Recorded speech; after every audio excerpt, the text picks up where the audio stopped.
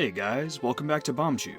I'm Austin, and today I'll be looking at the Humble Monthly Bundle from November 2018. We're getting into the thick of fall. The leaves are turning, and you can't go anywhere without seeing pumpkin spice, early Black Friday, or Christmas decorations up way too early.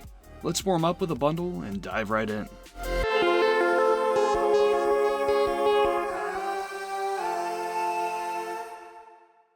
This month's Humble Original is Vape Escape, a point-and-click adventure styled like a comic book.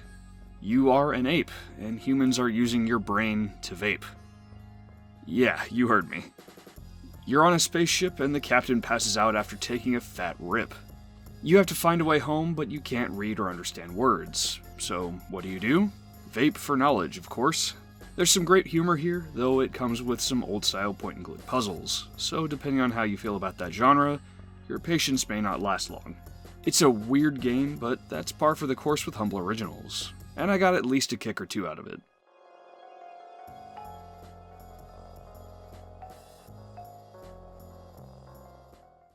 Resident Evil Revelations is a spin-off originally made for the Nintendo 3DS. The story jumps around a bit, but for the bulk of the time, you play as series veteran Jill Valentine on a ship out at sea. Gameplay is somewhat similar to Resident Evil 4 and 5, with the camera following you in third person and the ability to aim down your weapon sights. The campaign is fine, but it was designed for a portable system, and it's hard to hide that, with bite-sized missions and somewhat simplified visuals, although the textures have been improved well for this HD version. The star of the show for me comes with Raid Mode, which takes levels from the campaign and pumps them full of stronger enemies. You can choose your own weapon loadout to take in, earn new weapons and upgrade parts, as well as level up. Not to mention, Raid Mode has online co-op. This one is fun, but I've played through the game a couple of times already. If you're a fan of the series and haven't played this spin-off yet, now's a great time. Just manage your expectations going in.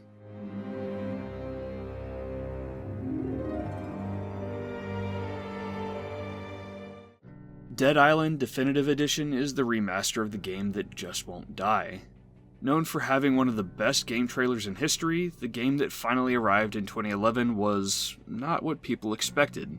The game was kind of ugly, but the gameplay was fun enough to enjoy, even if it came with some flaws. This remaster throws on a fresh coat of paint, and while some aren't in love with the changes, I found it to look much smoother than I remembered. So how's the game? Man, it's so close to being great, but there's just little things that hold it back. Weapons feel good when they connect, but often miss when it feels like they should have hit. Sometimes I'll walk where I'm supposed to go, but the game wants me to walk somewhere else, tell me I can't go that way, and then go where I originally went to progress. Character progression also doesn't feel all that satisfying at times. Like, my character has an upgrade path for using sharp objects, though I rarely am able to find sharp weapons, and because they break down so easily, I feel anxious using them. The one knife I have, I upgraded as much as I could so I could use it more, but I still didn't feel right using it often.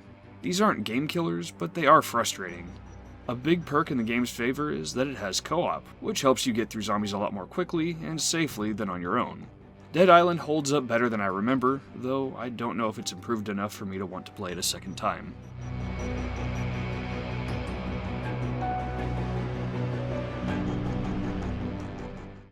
Okay, so 2 months ago we got Sniper Elite 4 in the September bundle, and for whatever reason, Humble thought it would be a great idea to put Sniper Elite 1 and 2 in this month's bundle. Yeah, I'm confused too. Sniper Elite came out in 2005, and boy does it show. Look at these graphics! Time to break out the PS2, brah! And oh my goodness, the gameplay. Your character has this wonderful momentum mechanic where when you stop moving in a direction, you just keep sliding in that direction for a little while. This includes when you change the camera angle while running forward. It feels really slippery and frustrated me several times. To the game's credit, it has a proper tutorial system that told me what I needed to know, for the most part, even if it did show me the same messages again several times later. And that's Sniper Elite. Most of the series staples are missing, like bullet time X-ray kills and, actual graphics. Sniper Elite V2, on the other hand, is a massive leap forward, as well it should be, coming out 7 years after the original. Graphics look fairly modern, even by today's standards, and look at them X-ray kills. Still, if you got 4 a couple of months ago, you'll be better off playing that game, as it has more strategy and more interesting ways to kill your enemies.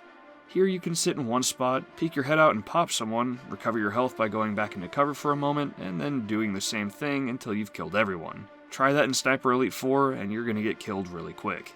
I haven't found anyone who was stoked to get another Sniper Elite game in a monthly bundle, much less 2 of them. Especially these 2. At least throw in Zombie Nazi Army instead for some variety.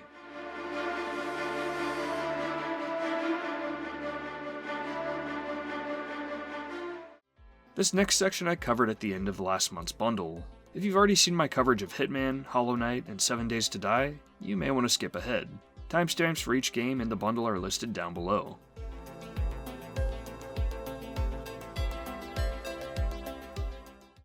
Hollow Knight is a dark Metroidvania that doesn't hold your hand. This actually isn't the first time I've covered this game, as a demo for it was included in the February bundle last year.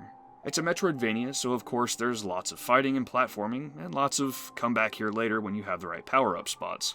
Here you also have a soul gauge, which you charge up by hitting enemies. Initially this can only be used to heal by holding down a button without getting interrupted for a bit, but later it can be used for other things like energy blasts. You collect coins which are dropped upon death, though you can get them back if you make it to where you died and fight a dark spirit of yourself. Coins allow you to unlock shortcuts to other major areas, maps, and upgrades, so you'll definitely want to avoid losing them. Character and enemy designs are cute and hand-drawn, but the world you're in is so dark and depressing that it makes for an interesting mix. I certainly enjoy it, and I plan to keep going with it.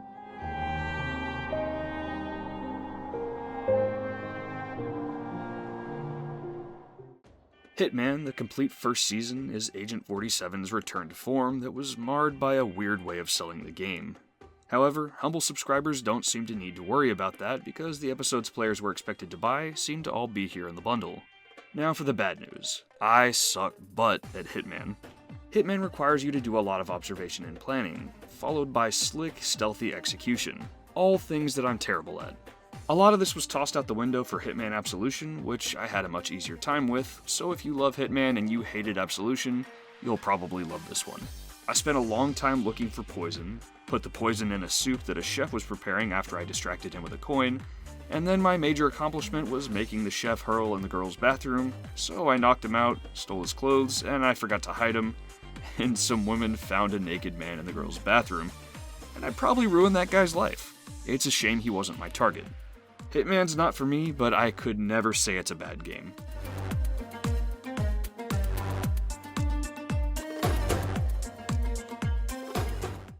"7 Days to Die" is an early access zombie survival game. It's been on Steam for 5 years.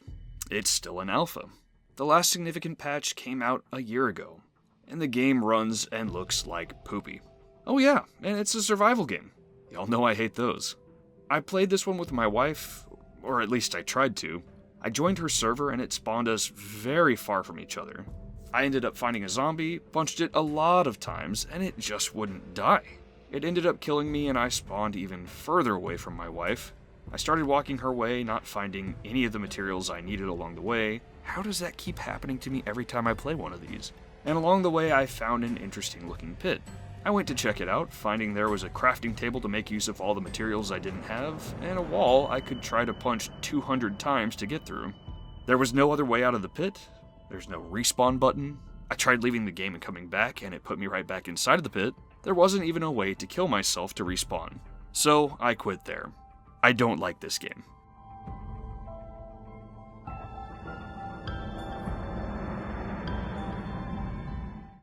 The Dwarves is a real-time strategy game with, what else? Dwarves. This game is super strange, and I have no idea what it wants to be. You control hero characters with regular attacks and special abilities. Abilities are decently strong, but use ability points which take a bit to regenerate.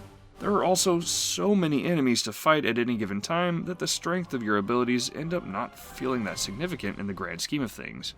The game is also a bit unpolished, with a bad camera and not exactly the slickest presentation I've seen. Between combat levels, you're placed in a town section where you have to do arbitrary tasks to move on, and get some story bits that put me right to sleep. It was a huge departure from the combat section, and in such a short time. I'm not sure what this game wants to be, and I don't think the game is too sure either. I'll have to pass on this one.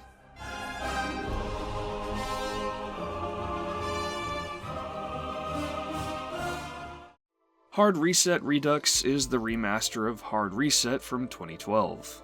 This is a very middle-of-the-road experience from top to bottom. Cutscenes are done in a cheap concept art style, shooting feels fine but not great, especially with the same few enemies to fight all the time, which aren't all that satisfying to kill.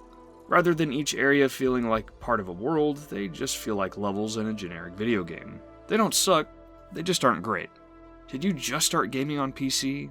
Is this your first bundle you got to try and build a game collection? Hard Reset could help you pass the time to the next bundle, but if you have any decent shooter in your library, I'd say go play that instead.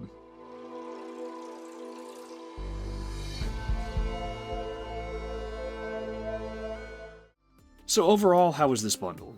So many remasters. 3! Coupled with 2 old Sniper Elite games. It really felt like Humble cheaped out on the mystery games this month. There also wasn't a ton of variety this month, with mostly first and third person shooters, some involving zombies.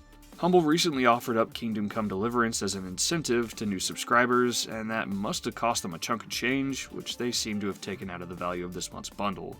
How much value did we end up getting? Getting all these at full price would cost around $238. Getting them at their lowest sale price would cost just south of $70, with most of that price being carried by Hitman. I have to say, for me, this was a pretty crappy bundle. The 2 games I really enjoyed, Resident Evil and Hollow Knight, I already owned and had played. I think this bundle will still have been a great value for anyone looking to pick up Hitman and Hollow Knight, but if you were counting on the mystery games this month, it was a major disappointment. Next month's bundle comes with Metal Gear Solid 5, Cities Skylines with the After Dark DLC, and a sneak peek at Forager. Let's take a quick look. Forager is a game inspired by the likes of Stardew Valley, Terraria, and The Legend of Zelda, and from what I've played so far, it's really satisfying. You start off on a small island with bushes, trees, rocks, and ores that continually spawn over time. You hit these with your pickaxe to break them down and craft a furnace. What can you make with the furnace? Stuff to make an anvil, which uses materials from the furnace to make money, tools, keys, you name it. Money is used to buy more land, expanding where you can go. While you're chopping and crafting, you'll earn experience and gain levels, which you can use to get new skills. Unlocking a skill reveals new ones nearby, giving you a taste of what's next, so you want to keep going. You'll also get hungry while you work, and while you can just eat food you find in bushes, you can work smarter by using that food to create fish traps, which can help keep you fed forever if you have enough of them. As you expand your land, you'll start to find monsters, and you'll have to defend yourself. Kill them for materials to make stronger tools and weapons. It's super well polished, and I only ran into a couple of bugs. The biggest one being that if you're running this game on a high refresh monitor, make sure to turn on VSync or the game will run way too fast. Most of the time when Humble adds a demo to a monthly bundle, at most I'm interested in getting the full version in a sale or a bundle sometime later. This time, I'm actually really interested to get Forager when it comes out. It's scheduled to release sometime before the winter.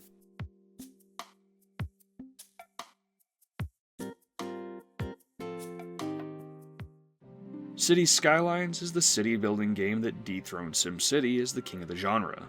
Oh hey, did you know that I'm truly terrible at city builders? And it's no different this time around. I built roads in, made some neighborhoods and commercial areas, gave them power, water, and sewage, realized I was running out of money, made an industrial area which also needed power, water, and sewage. Then I realized there wasn't enough power for my sewage and water pumps, so I added power for those, and what do you know? I was already out of money, with the only way to get a loan being to get way more people to live in my city than I already had. Yes, I suck. And I don't know what makes one city builder better than another. But if you like city builders and you somehow don't have Cities Skylines, you'll probably have an excellent time here.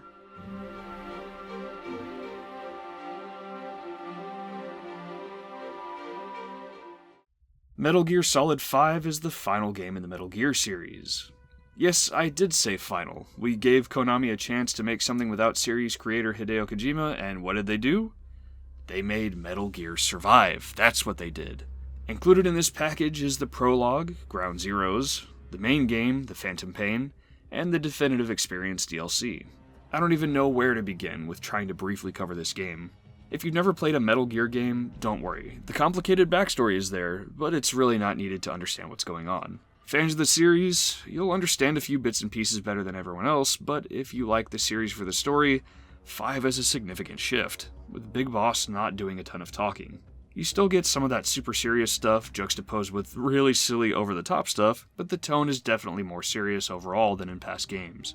What everyone needs to know is that this is an excellent stealth shooter that allows you to approach missions in a huge variety of ways, including not being stealthy at all. Want to go in with a rocket launcher and kill everyone? You can do that, though you'll get more respect and resources if you play more carefully.